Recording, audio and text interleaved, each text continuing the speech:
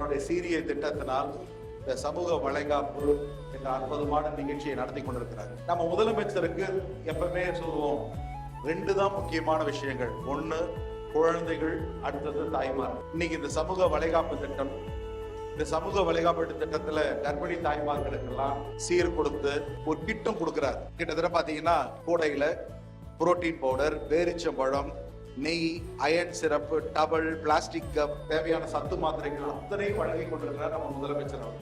என்னுடைய சார்பாக அத்தனை கர்ப்பிணி தாய்மார்களுக்கும் என்னுடைய சார்பாக நான் ஒரு பட்டுப்புடவையை கொடுத்திருக்கிறேன் நான்.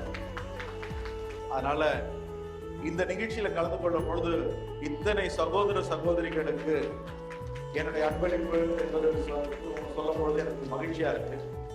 நீங்க இந்த சமூகத்துக்கு, இந்த அரசாங்கம் உங்க மீது காட்டக்கூடிய அத்தனை அக்கறைக்கும் நீங்கள் செய்ய வேண்டியது ஒண்ணே ஒண்ணு மட்டும்தான்.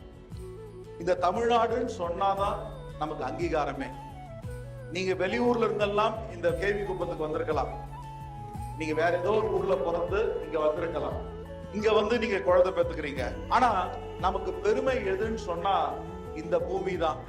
தமிழ்ன்னு சொன்னாதான் நமக்கு பெருமையே. என்னுடைய ஒரே ஒரு வேண்டுகோள், நீங்க பிறக்கக்கூடிய அற்புதமான அந்த குழந்தைகளுக்கு நல்ல தமிழ் பெயரை முதல்ல வைக்க வேண்டும். அந்த பெயர் வைக்கும் பொழுதுதான் உங்களை தமிழ் உணர்வை காட்டணும்.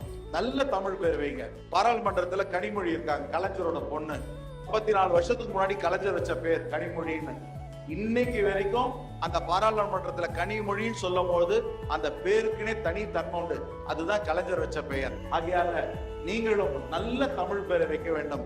குழந்தைகளுக்கு வைக்கும் பொழுது காலாகாலத்துக்கு அந்த பெயரை சொல்லும் பொழுது சந்தோஷமா இருக்கும். நல்ல தமிழ் பெயரை சூட்டுவோம், தமிழை வாழ வைப்போம். உங்கள் பிறப்புகளுடைய குழந்தைகள் கண்டிப்பாக சிறந்த குழந்தைகளாக, இந்த வையகம் போன்ற குழந்தைகளாக கண்டிப்பாக வளர்வார்கள்.